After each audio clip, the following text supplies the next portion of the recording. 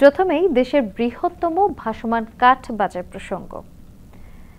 পিরোজপুরের নেসারাবাদ উপজেলার সন্ধ্যা নদীর দুই পাড়ে প্রায় 150 বছর আগে গড়ে ওঠা দেশের বৃহত্তম ভাসমান কাঠ বাজারটি আজও কর্মব্যস্ততাময় মুখর। এই বাজারটি দক্ষিণাঞ্চলের অর্থনীতির এক গুরুত্বপূর্ণ কেন্দ্র, যেখানে দেশের বিভিন্ন প্রান্ত থেকে আসা পাইকারদের পদচারণায় প্রতিদিন কোটি টাকার বেশি কাঠ কেনাবেচা হয়। এটি কেবল একটি বাজার নয়, বরং হাজার হাজার মানুষের জীবিকার এক নিরন্তর উৎস এবং এই অঞ্চলের সংস্কৃতির অবিচ্ছেদ্য অংশ। আনুমানিক 1917 সালে সুন্দরবনের সুন্দরী কাঠকে কেন্দ্র করে এই অঞ্চলে কাঠ ব্যবসার যাত্রা শুরু হয়। 1918 সালের শেষের দিকে সন্ধ্যা নদীর তীর এবং সংলগ্ন খালে গড়ে ওঠে একাধিক ভাসমান কাঠের হাট। তবে সময়ের পরিক্রমায় সুন্দরী কাঠের উপর সরকারি নিষেধাজ্ঞা জারি হলে এখানে ধীরে ধীরে মেহগনি, ড্রেনট্রি, চম্পল, কড়াই ও সেগুন কাঠের বাজার বিস্তৃত হয়। প্রতিদিন সন্ধ্যা নদীর বুক চিরে শত শত ট্রলারে আসে কাঠ। বরিশাল, খুলনা, বাগেরহাট, মুন্সিগঞ্জ, যশোর, নোয়াখালী সহ দেশের বিভিন্ন জেলা থেকে পাইকাররা এখানে আসেন। হাটবারে বেচাকেনার পরিমাণ ছাড়িয়ে যায় কোটি টাকা। আমরা এই কাঠটা দক্ষিণে যখন আসে ব্যাপারে নিয়ে আসে আমরা বিক্রি করে দিই। বিক্রি করার পরে এইখানে ফরিরা কিনা এক জায়গায় লট দেয়, সুন্দর করে গুছানোর পরে তারা সেকশন অনুযায়ী লট দেয়। আমরা সবসময় সেকশন অনুযায়ী বিক্রি করতে পারি না। আমরা যেভাবে নামে ওইভাবে যার যেভাবে পছন্দ হয় তার পছন্দ অনুযায়ী আমরা বিক্রি করি। বিক্রি করার পরে তারা ঢাকায়, কেউ পড়ে রাজশাহী, কেউ পড়ে পাবনা, কেউ পড়ে সিলেট, কেউ পড়ে চিটাং, উত্তরবঙ্গে বিভিন্ন জায়গায় এই কাঠটা বিক্রি হয়। বিভিন্ন সাইজ করে আমরা এগুলো বিক্রি করি। কেউ গাড়িতে লোড দেয়, কেউ আপনার ট্রাকে লোড দেয়। মনে করেন অনেক জীবিকা আমরা নির্ভর করে দেয়, অনেক পরিবার চলতে আছে। এক একটা মিলে আপনার কাজ করে হয়তোবা 8 থেকে 9 জন। কাঠের সহজলভ্যতাকে ঘিরে এলাকায় গড়ে উঠেছে ক্রিকেট ব্যাট, ফার্নিচার এবং কাঠ নির্ভর নানা শিল্প। আমাদের এখানে স্বরূপপুরেতে অনেক বড় ব্যবসা, কাঠের ব্যবসাটা অনেক বড় এখানে। তারপরে দেখা যায় অনেক দূর দূর থেকে গাছ আছে আমাদের এইখানে দেখা যায় অনেকগুলো মিল আছে, অনেক সবারই ফ্যামিলি এখান থেকে চলে। সর্বোচ্চ এবং বড় মোকামই হচ্ছে স্বরূপকাঠি মোকাম। এখানে স্বচ্ছতার সাথে সুন্দরভাবে আড়তদারের কাছ থেকে আমরা গাছগুলো কিনে বিভিন্ন জায়গা পাঠাই। আমরা এখানে বইয়েও বিক্রি করি। বিভিন্ন জায়গা থেকে আমাদের এখানে লোক আসে, পাইকার আসে কেনার জন্য, এবং আমরা এখান থেকে বিভিন্ন জায়গায় পাইকার না আসলেও আমরাও ওখানে পাইকারের কাছেও এই কাঠগুলো পাঠিয়ে দিই এইখান থেকে, এবং স্বচ্ছতার সাথে।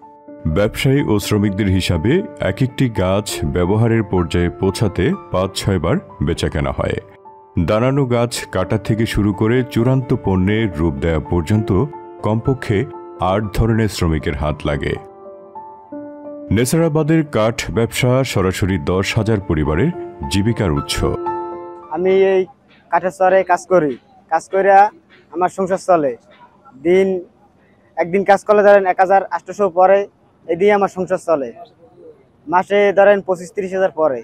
গাছপালা থেকে নামান গুছানোর পর মাপ শেষ পর্যন্ত একবারে এই যে কাজ করি, কাজ থেকে সবকিছু আমাদের চলে।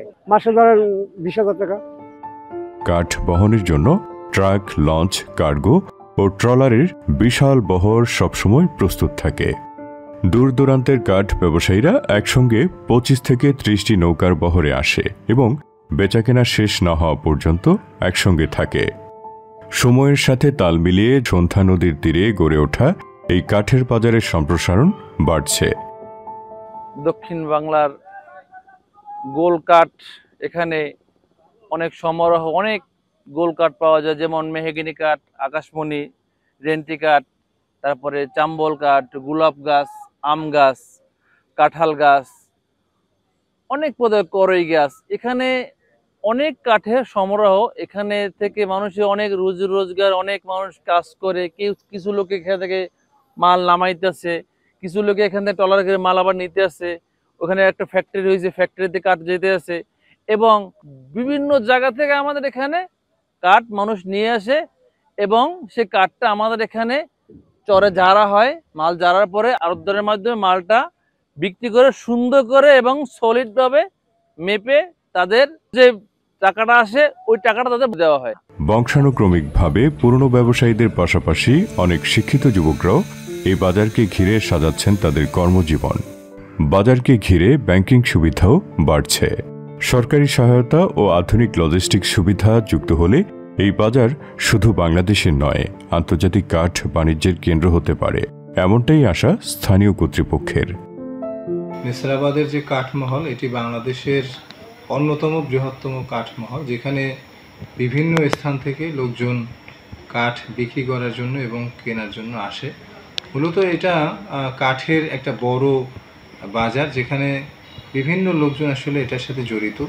তারা বিভিন্ন ব্যবসায়ী, এখানে তাদের কর্মসংস্থানের সৃষ্টি হচ্ছে, বিভিন্ন লোকজন এখানে কাজ করতেছে এবং এই কাঠ বাংলাদেশের বিভিন্ন জায়গায় যায়। আমরা জানি যে কাঠের বিভিন্ন ব্যবহার রয়েছে, ফার্নিচার সহ বিভিন্ন জায়গায় কাঠের ব্যবহার আছে।